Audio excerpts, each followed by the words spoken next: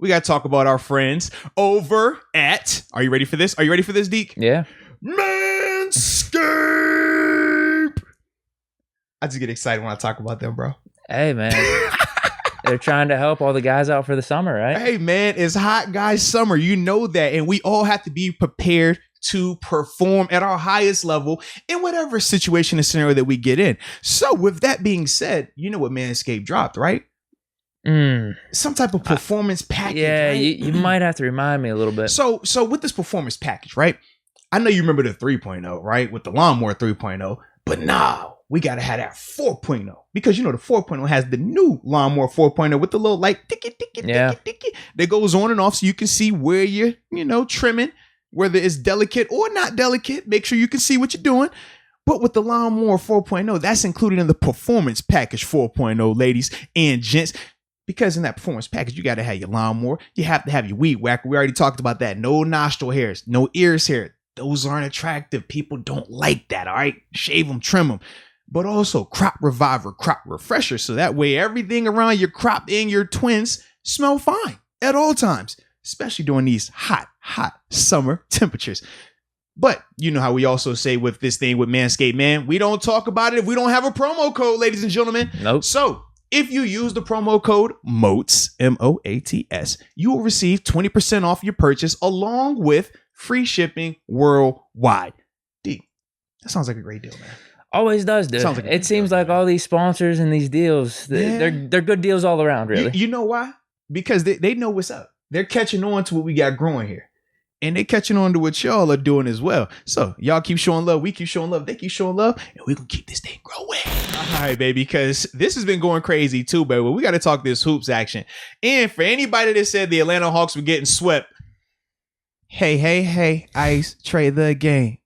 Ice, Trae the game. Yeah, what was that talk? Well, I don't hear you. Oh, say it again. Oh, yeah. Now I ain't saying they're going to win it. I ain't say that. But I did say they weren't getting swept. I did say Ice Trae the game. That's what I did say, Ice Trae. And what did I text you? As soon as the game ended, I don't even know if you were still awake. I sent you the text. Ooh. Young Trae, baby. That was my vibe. I do remember seeing the GIF you sent me. That was my vibe, bro. It was really late at night for me because I golfed all day, or because we did the podcast. I went golfing after. Yeah, that was definitely 4 o'clock or something. We went out for drinks and stuff after. So whenever I saw it, I was either just about to pass out, or I did see it in the morning. I can't remember. It's one of those things, bro. When I'm seeing the Al Villanueva news and stuff, like that's how I saw your text. Hey, it gets a little fuzzy. I was like, wait, what? Is that really there? Is that Trae Young? What? Is that Trae Young or is that Young Trae? Which one is this? But yeah, that's what happened. So I checked out the game the following day. Yeah, he went off. What can you say, man? It was beautiful, bro. And we talked highly of Middleton too, thinking like, oh wow, he could be the X factor. Just shit himself. It was a terrible game. Yeah, role reversal right there, man. But Drew Holiday played good. He did. It was a good bounce back for him. Did you see where they said your boy Giannis, while he was shooting his free throws at the end of the game to make it interesting, right? It was 5.3 seconds left in the game.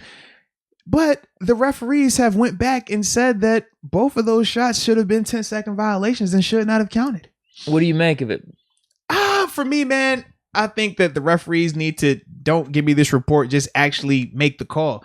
Make the report now. Now, mate, you have to make the call going forward. But if they would have made it in the moment, that would have been kind of BS. No, it wouldn't have, because you could hear the fans counting. And since Brooklyn series, they've been doing it. And the problem is the referees, they didn't like the first game of it. When they first started counting, that was the Brooklyn versus the Bucks. That game 1, they started counting at Giannis, and then from there, the NBA put out a notice to Brooklyn saying, "Hey, you can't tell your fans not to keep counting." So then from there, the referees kind of did it as a revolt of, well, we're not going to listen to you, and you could hear them literally counting from the time he gets the ball, 1 all the way up to 13, and then that's when they started to hold the ball before they would pass it to Giannis to let him go through his routine. So to me, if they would have called it in the moment, I'd have been like, thank you. This dude sucks at the free throw line. And you talk about he could be the best player in the NBA. That boy can't shoot a free throw in 10 seconds. He can't be the best player in the NBA. Man, get him out by. No, I never said I'd consider him. No, but you said people would say it, though. People would say it. And if they won a championship. I can't go for it. People said, if he won a championship, people would be talking about that. He did drain those, but I think you can't I'm telling you, because there were some refs on that I saw on TV that they were talking about this whole thing where they said, I never want to make that call where I'm changing the game like that. For me, I've heard referees say this in football and in basketball because we talk about this with the play clock, right? You know how sometimes it'll get down to 0, it will show 0, but the referees technically could blow the whistle then, but they don't. They usually give them an extra count because they say the same thing. They don't want to impact the game like that. But when you watch Giannis at the line and you're actually counting it, it's not even 10.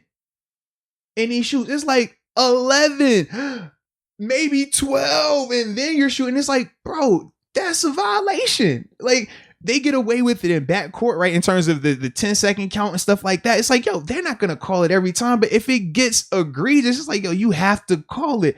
And you can see, I mean, you're watching dude at the line. It takes forever, man. That's why I just think, for it to be a miss. That's why I think, okay, you bring the report up now and then you deal with it going forward. No matter, I don't know how that is, whether the refs are talking to you honest, like, bro, we're going to have to call this. So you got to adjust now. I wasn't going to call it on you in the past because I didn't want to make that the do or die portion of the game, but it kind of sucks, man. It kind of sucks for him. It definitely does, bro. It definitely does, man. He hit them though. That was key. That was key. Absolutely. They were, but Trae hit his. I mean, he was clutch down the stretch too. So what can you do, man? I mean, you know what we can do? We could do what Chris says. Hawks in 5. That's what we could do. How you feel about that? If that happens, you ain't liking that? No, I don't care. No Hawks in 5. No. I'd be shocked. I'd be completely shocked. I would be too, bro. Hey, if he does, good for him. Like that's just a crazy ass run. You got to give props. It is, man. It is. I just like, though, man, that Trae at least got one win under his belt in the Eastern Conference Finals. I think that was significant, man. But I think we know that.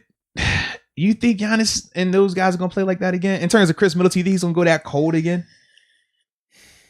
Like, I don't see that happen. It's kind of like watching the Suns last night. Like, I don't anticipate Devin Booker and Chris Paul missing 30 shots combined. Like, I just don't see it happening. So I don't think, and Bucks were actually up at certain portions throughout that fourth quarter. I mean, and realistically, they look like the better team out there. It was just Trae got hot. And when Trae get hot, or excuse me, for Trae, he got ice cold. When Trae get ice cold and he goes sub-zero, there's nothing you can do about it. Yeah, that's the tough thing. So, yeah, I'm still thinking Bucks pull it out, but now the series is just a little more interesting because then you're thinking, wow, could Atlanta maybe steal another game? The series gets to 2-2 at some point. I mean, if they win next game, they're up 2-0. Seriously, dude, But we see that doesn't affect the Clippers at all. Hey, like, series don't start till the Clippers go down 0-2, man. You know that, baby. You know that. Dude, I was thinking this, like, it would be completely asinine or idiotic to say, oh, wow, are the Clippers better without Kawhi? Because I don't think that's the case at all. That's just crazy. Yeah. But I do think Paul George plays a little bit better without him. Yeah, I think for Paul, he doesn't defer when Kawhi is not out there. He can be Kawhi. I mean, he could be Paul from Indiana where he was the main guy.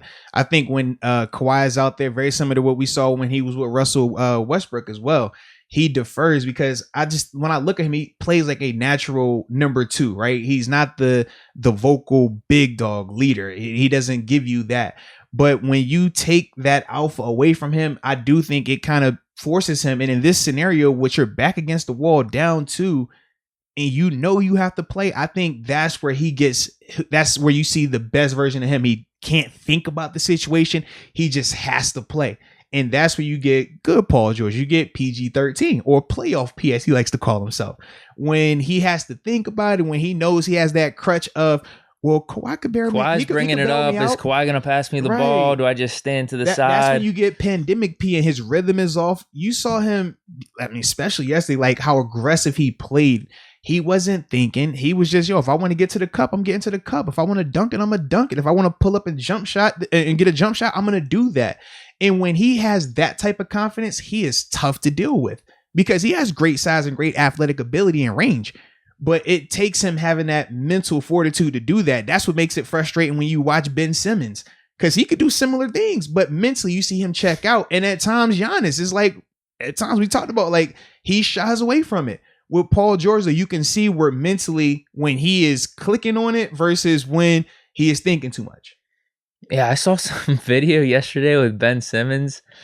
this couldn't have been photoshopped or edited or anything. No. Dude, he was pulling off fadeaways from 3 and like I don't know what it was I don't know if it was just running pickup or practice. Did you see this?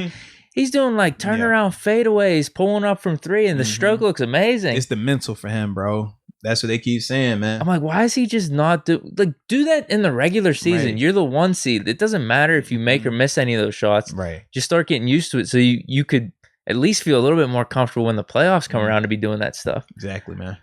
That was just crazy when I saw that. Unreal. Made 0 sense to me, bro. I couldn't believe it, man. Because his shot's not bad. Whenever it actually look good. When he's doing it with confidence, it looks real good, man. It definitely looks real good. That's hilarious. So, what do you think of the Clippers? Well, Suns? I was gonna say, you have Chris Paul coming back and they lose. Well, I thought of this though, man. When Chris Paul came back, it wasn't just him coming back. It also was Cameron Payne going down. Remember, he rolled his ankle in the game. So with those scenarios, the difference of style of play, when you bring in Chris Paul, now Devin Booker has to adjust to now I'm moving from the point guard to now I'm off ball again. Even though it's more natural for him, he's been doing the past couple games of point guard.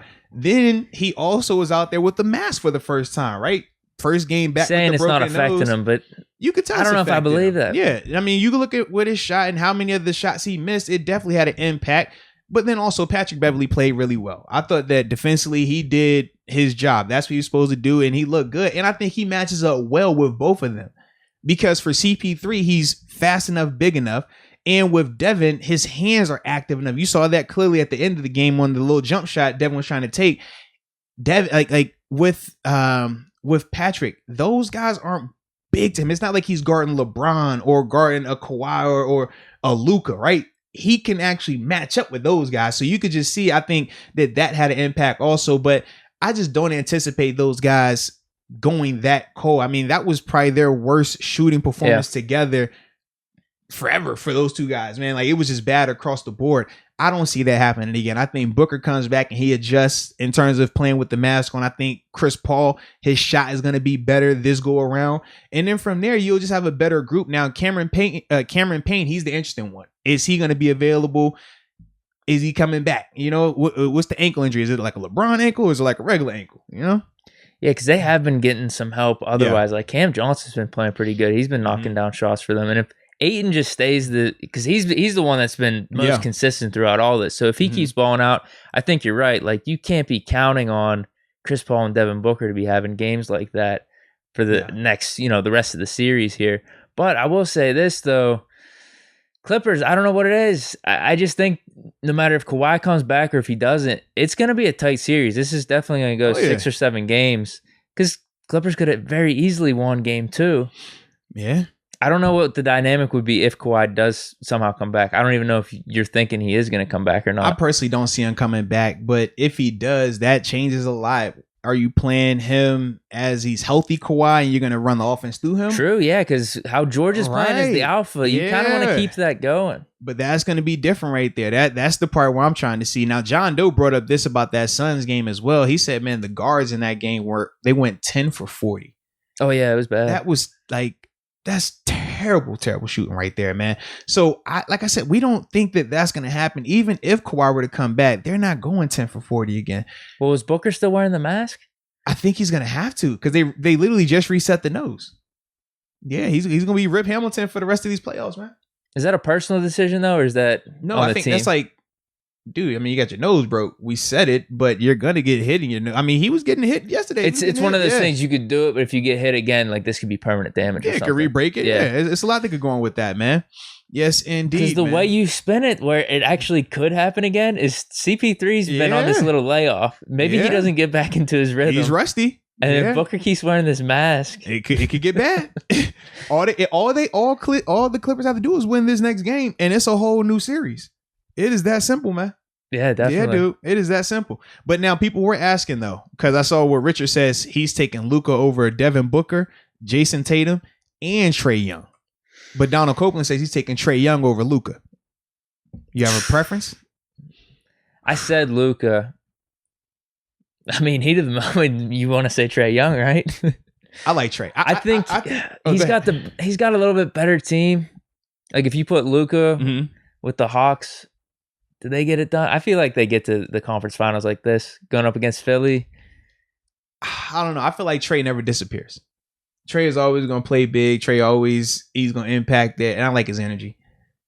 That's how I feel. You think Luka disappears? I think they both will have bad games. Because Trae had that bad game in Game 7. Even Trae's bad game in Game 7, he still was impactful. He was still helping. I think with Luka, what I mean by his bad games, I think his bad game is impacts the whole team. Right, because he will just say, I'm not past, I'm just going to do me. Or the guys around him, you can just see what it looks like. And it's just like, dude, like Trae, when Trae's off, he still is going, okay, I'm going to dish it. All right, I'm going to try to do this here.